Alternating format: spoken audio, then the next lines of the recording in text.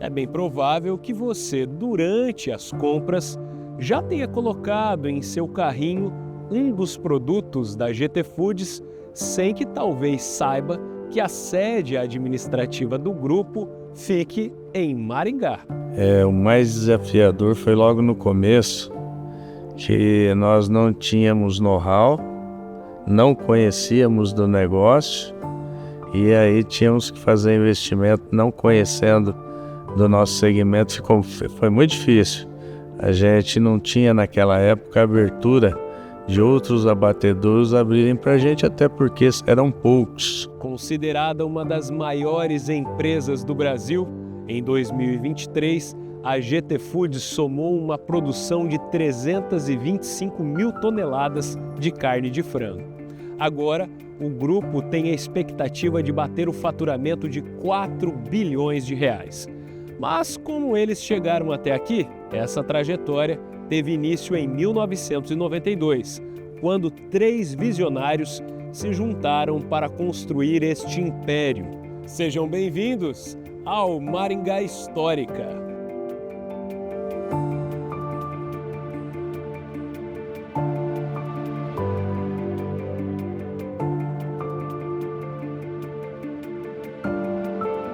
Embora desde o final da década de 1940 os estados do Rio de Janeiro e de São Paulo abatiam frangos em escala, foi na década de 1970 que a avicultura começou a ganhar volume no Brasil. Aquele crescimento se deu com a chegada de empresas processadoras no mercado nacional, além de estímulos fiscais e legais. Diante daquele cenário, pequenos produtores também perceberam a oportunidade de emplacar seus empreendimentos. Foi assim que, entre 1987 e 1988, Rogério Gonçalves e José Borges instalaram uma granja em Indianópolis, no noroeste do Paraná. Os dois empreendedores seriam impulsionados com a chegada de outro sócio, o então bancário Ciliomar Tortola, cunhado de Rogério. O Cilinho, como é conhecido, atuava no Bamerindos e, mesmo estando cotado para assumir uma posição de destaque naquela instituição financeira, resolveu apostar na avicultura. Eu comecei em Indianópolis, né? E em 82, fui de Indianópolis, eu vim um ano mais ou menos na Centro aqui em Maringá. Depois daqui eu fui para Marialva, fiquei 3 anos, né? Fiquei mais 2 anos e meio de Marialva, fui transferido para Goerê, aí eu tive uma promoção, fui para chefe de serviço em Goerê. E depois, por último, foi Foz do Iguaçu, onde eu fiquei até 91, 92. Eu solteiro, né, com quase 30 anos, eu resolvi, falei, ou eu vou continuar nisso, ou eu vou procurar algo diferente. E como eu solteiro, né, tinha assim para cuidar meu pai e minha mãe só, para eu cuidar, então eu falei, minha hora é agora, né, ou eu vou, ou se der errado, eu vou trabalhar de empregado de novo, que eu não tem problema. E aí foi quando a gente começou a mexer com frango. O início das operações da pequena granja não foi tarefa fácil. Havia dificuldades tecnológicas, logísticas e, claro, escassez de recursos. Aquele ambiente de incertezas quase fez com que os sócios desistissem. Tinha uma abertura onde está fechado assim, você vê, olha. Aqui tinha uma portinha de madeira para ventilar o motor do moinho. Esse moinho ficava aqui, né? Um monte de milho aí. A gente fez um caixão para pôr o milho por cima. Tinha uma escada com aquelas latas de 20 litros. Subia a escada, botava, moía o quê? Dava padrão de 40 quilos no saco e botava nessa parede aí o milho moído, ó. Ficava nessa parede de fora a fora. A gente moía milho a noite inteira para poder vencer, fazer a ação no outro dia, porque era pequeno, né? Então a gente estocava o milho ali. E aqui, desse buraco no chão, ó, que está fechado esse cimento também, que tinha um buraco, onde nós tínhamos um misturador de 1 tonelada, daqueles vertical, né? jogava toda a matéria-prima no chão, essa rústica subia, batia, ficava pronta a ração aqui. A gente botava ela nesse canto, o caminhão, não dá para abrir essa porta, o caminhão ficava do lado de fora aqui dessa porta que está fechada, né, tá com tábua, tá ligado? Abria essa portinha aqui, o caminhão de lá, a gente jogava fora, fazia o carregamento lá fora do caminhão. Nós começamos a fazer ração para os nossos frangos, né, da GT Foods, aqui nesse local, onde na época nós matávamos 1000 aves por dia. Então essa tulha aqui era a nossa fábrica de ração.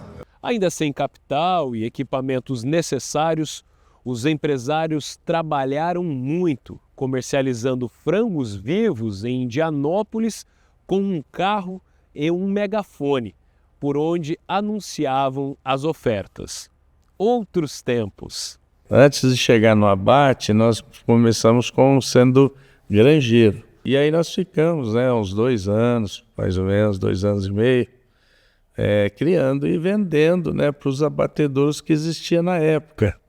E foi chegando um momento que os abatedouros foram sendo autossuficientes e aí nós não tínhamos mais para quem vender. Aí que entra a tal do megafone, né, que eu falo que era jogar as caixas em cima de uma caminhonete com frango dentro, sair bem cedinho nas vilas de Cianorte, Paranavaí, onde dava para ir, a cidade um pouquinho maior.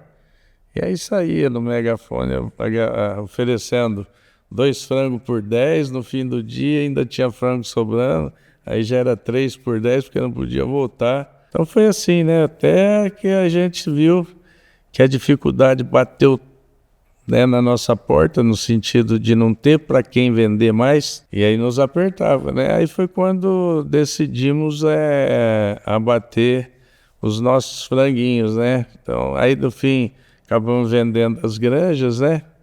E começamos comprando frango também, né? Vislumbrando um mercado em expansão, as operações da empresa foram transferidas para Maringá, cidade distante pouco mais de 100 quilômetros de Indianópolis. Foi assim que nasceu a Frangos Canção em 10 de junho de 1992. Dando início ao processo de abate, por volta de 1000 aves ao dia, a empresa passou a agregar maior valor ao produto que já vinha produzindo.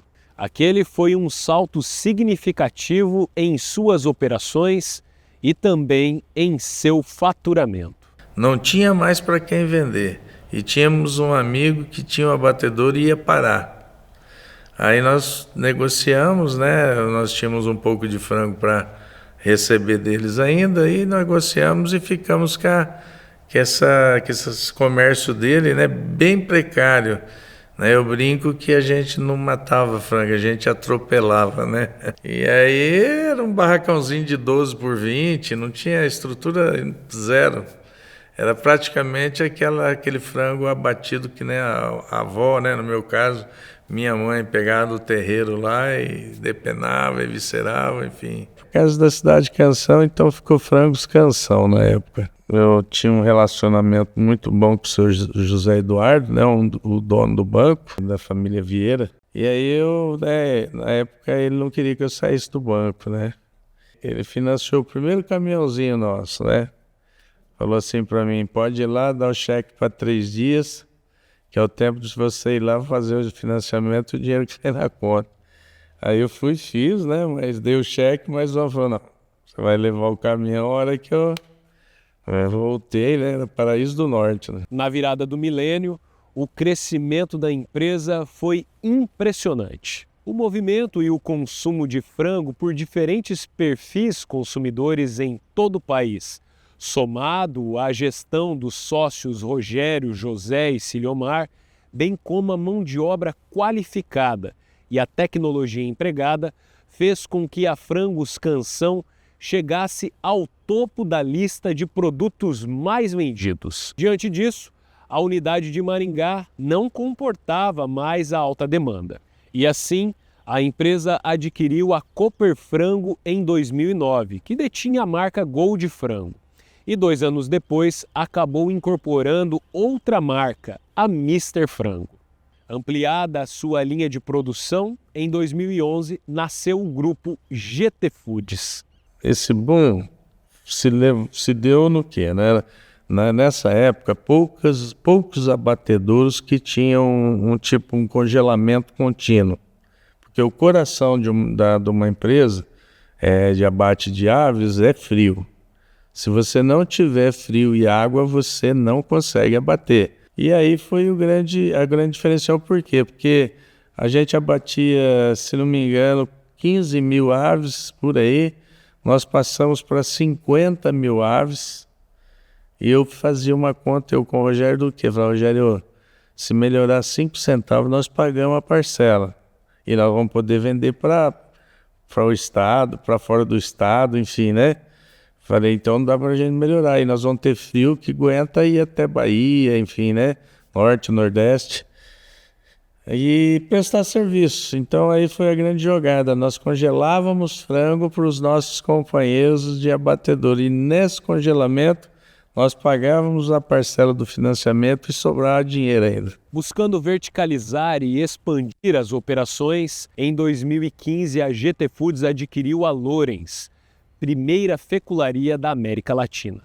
Mais tarde, em 2021, o grupo incorporou a CM3 Amidos, uma companhia especializada na produção de amidos regulares e modificados. E em 2022, adquiriu a fecularia Mundo Novo, localizada em Mato Grosso do Sul. Com as aquisições, a marca Lorenz se tornou a maior esmagadora de raiz de mandioca do Brasil. Somado a essa estratégia, os sócios criaram um novo negócio, a Brasil Embalagens, garantindo com isso controle sobre boa parte da cadeia de seu mercado. Bem, passados quase 30 anos desde a sua fundação, os gestores entenderam que havia chegado o momento de sucessão nos negócios. Este processo teve início alguns anos antes. A sucessão, ela se deu num momento, né? Foi mais na marra. O que eu quero dizer foi meio assim a toque de caixa, porque o Rogério, meu sócio, se adoeceu, né?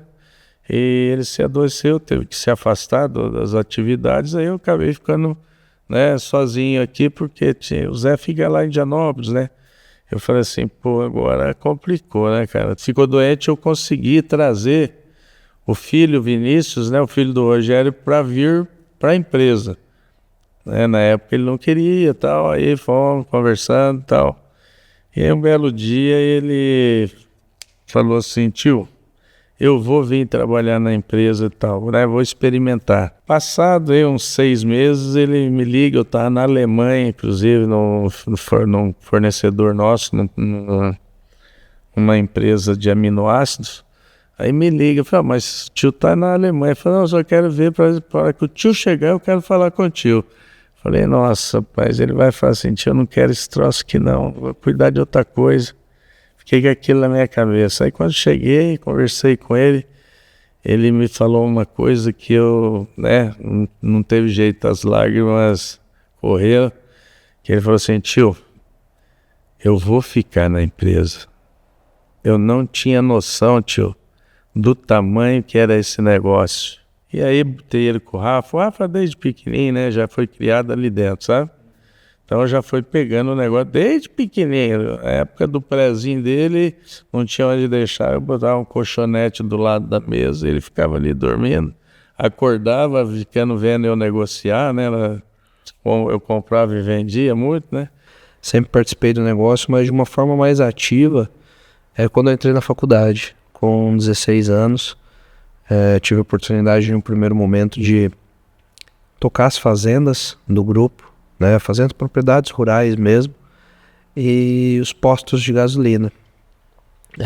Ingressei na faculdade, depois disso tive uma oportunidade de assumir, além disso, a parte logística, né, de transporte, de caminhões, onde eu fiquei por uns 2 anos. Dali uma diretoria operacional, onde eu naquele momento pegava a gerência de supply, de todo o departamento de compras, até a parte de PCP e essa logística. E daí em diante, depois desse tempo, acho que com 24 anos, 25 anos, tive a oportunidade a empresa precisava de um presidente e precisava se profissionalizar. O que o Cilinho e o Rogério faziam, nós precisávamos incorporar com mais diretores. Foi um processo pensado, mas que aconteceu muito rápido, né? No meu caso. No caso do Vinícius, meu primo, também foi um processo que aconteceu muito rápido, porém ele estava fora da empresa.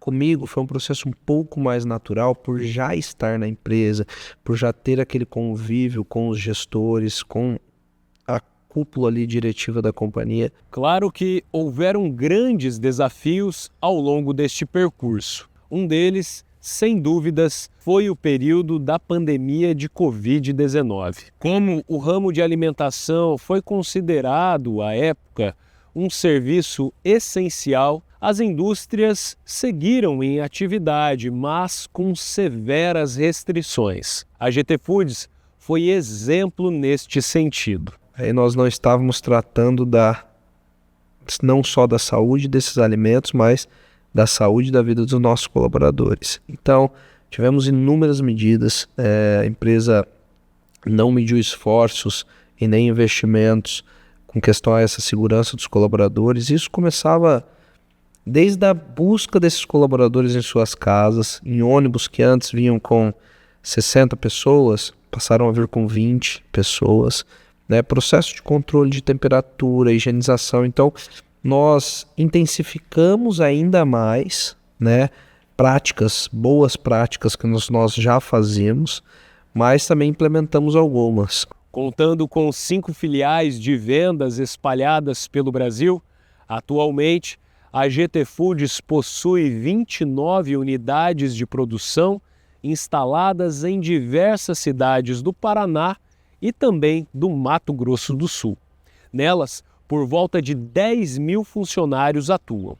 O grupo também investe nas comunidades às quais está presente, com apoios diretos nas áreas de educação, saúde, esporte, ESG, bem-estar animal, dentre muitas outras. Está no nosso DNA aquisições, está no nosso DNA crescer. Nós estamos num momento de cada dia mais solidez, nós estamos num momento de cada dia mais saúde financeira dessa companhia, né? Nós estamos com processos muito profissionalizados. Para 2024, a principal meta da GT Foods foi qualificada em seu planejamento como Missão 4x4, reunindo 4 desafios.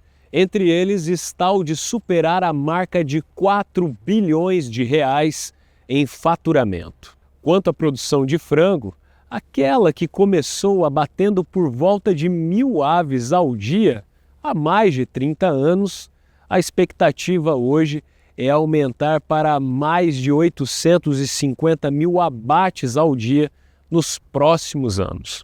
Somado a isso, outras proteínas estão sendo incorporadas ao mix de produtos, como a tilápia. Hoje a GT Foods ela é composta basicamente por 3 negócios, né? Então, nosso core business, nosso principal negócio é o frango.